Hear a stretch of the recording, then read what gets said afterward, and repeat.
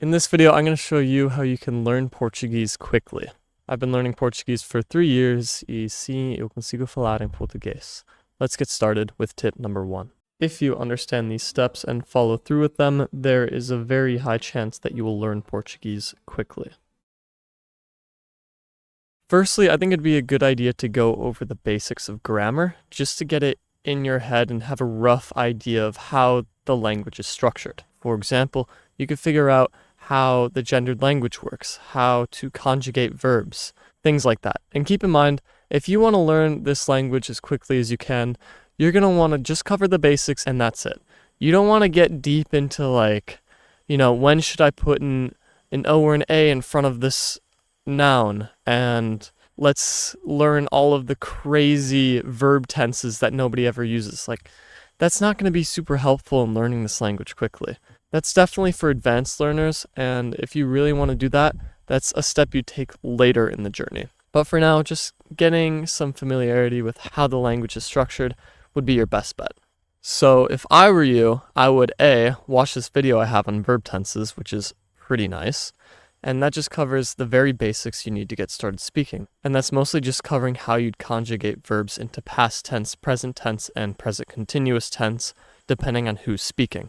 You're also going to want to cover the gendered adjectives, so making sure that the genders match between the object and the adjective, and also adjective placement, making sure that the adjective comes after the noun. Oh, and also I forgot about the infinitive tense for verbs. So just looking to get started, those are the 3 things that you should really focus on when it comes to grammar. Just verb tense, gendered adjectives, and adjective placements. Those are going to be the main differences between Portuguese and English. And this video is under the assumption that you already know English. Alright, so let's assume that you are starting to learn Portuguese and you just finished learning the basics of grammar. You understand how the language works now. So now it's time to memorize all of the important words. So this is your time to really grind out the flashcards. Pick a couple, around 100 high-frequency words that you can see yourself using or listening to when you enter conversational practice in Portuguese. So if I were to come up with a sample list of high-frequency words that I would consider studying, it would be words like important, to do, to learn, language, Portuguese, English, how, what, which, when. And when you're in this stage, you're not going to see a lot of progress, because in order to truly start making big strides and immersing yourself in the language, you first have to get a tiny bit of competency around the language, which include memorizing all these words. And it's not going to be fun. It's going to be kind of a grind, but once you get there, that's when the magic happens. So it'll feel like no progress, no progress, no progress, until boom, suddenly you can just speak the language. Poorly, but you're able to speak it. And that's what we want. We want to be able to speak it to some extent. So we went from not knowing the language to understanding how the language works to being able to speak it, albeit poorly, but we're able to speak it.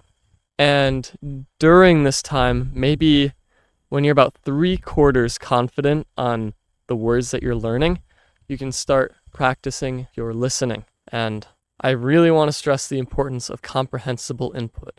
When you first start learning Portuguese, you should not be listening to podcasts. You will not get better very quickly. And this is a video on how to get better quickly. If you want to get better quickly, you need to listen to materials that have the English translation on the screen and the Portuguese subtitles on the screen as well. I highly, highly, highly recommend learning Brazilian language school. I'm not sponsored by any way, but that's what I used to get a grasp on the Portuguese language. And at first, it seems impossible. It seems like you'll never understand it, but slowly and slowly, you'll understand it until you get to the point where you realize, wow, she is speaking very slowly and enunciating very clearly. I need to challenge myself a little more. And yes, she speaks very slowly and enunciates very clearly, which makes it optimal for you to learn using this method, using this resource, if you have just started learning Portuguese. She also includes Portuguese subtitles and the English translation. So your mind can start to match the sound to the word to the Portuguese spelling of it. And the beauty of Portuguese is that it's written exactly how it's sounded out, and vice versa. So it really shouldn't take you too long to memorize the script. Next, once you've built up the confidence and you're like, yeah, I know what I'm doing. I know a bunch of words that are used a lot. I know how to conjugate them to put them into past tense and for them to know who's speaking. And I can understand people if they speak to me very, very slowly. So I think now it's time to move on to step 4, finding a conversation partner. And this is super easy if you speak English because there are so many Brazilians who want to learn English. So what I would do is I would find somebody. I found my friend, Gabriel, on a Discord server called Practice Your Language. And I asked him, like, hey, do you want to get on Discord calls like 2 or 3 times a week? We can do 30 minutes of English and 30 minutes of Portuguese. And he's like, sure, let's do it. So I taught him English while he taught me Portuguese. And it was really, really hard. It's not easy. It's not fun. Well, it is kind of fun, but it's not easy. But it is extremely useful in learning your language. Another great resource to find conversation partners is Tandem, and that's just a language exchange app. Your DMs will get flooded with Brazilians if you enter Tandem. I've done it. It's overwhelming. So try to find one person who wants to learn English and stick with them. Actually, on the subject of language exchange partners, I want to be an online tutor. So if you want to practice your Portuguese with me, I would love to help you out. There are plenty of free resources, but I know English fluently and I've learned Portuguese on my own in the United States, so I think I could be a very valuable resource. There is a link in the description that will take you to my website, and all the pricing and all the information will be on there. And I can give you a discount if you access my tutoring service through the link in this video. There's a special promo code, enter it, and you'll get the discount. Thank you. Anyways, that's enough promo. After that, once you found a conversation partner and you are starting to talk with them frequently, the last step to really solidifying your Portuguese is to integrate it into your daily life. So step 4 will take a long time. It'll take you a long time to integrate it into your daily life. And you're probably wondering, what do I even mean by integrate it into your daily life? Well, I mean listening to podcasts. And basically that's it. Just listening to podcasts. So when I was learning Portuguese, what I did is I found a chess YouTuber who spoke Portuguese, and I just watched them while I ate food. So instead of watching like gaming videos on YouTube, I watched chess videos, but with somebody who analyzed it in Portuguese.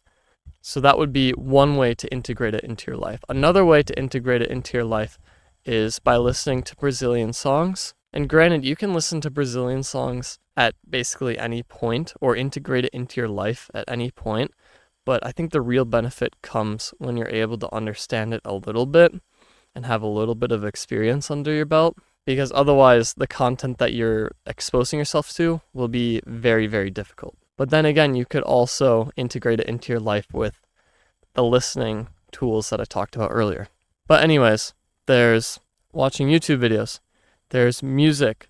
Movies would be a great one. Watching shows in Portuguese works very well. You can set the subtitles to English or Portuguese depending on how good you are. At the start, you're probably going to want to switch it to English because they talk incredibly fast. It's crazy. It's unreal. You think you'll never get it, but you will. It just takes a while.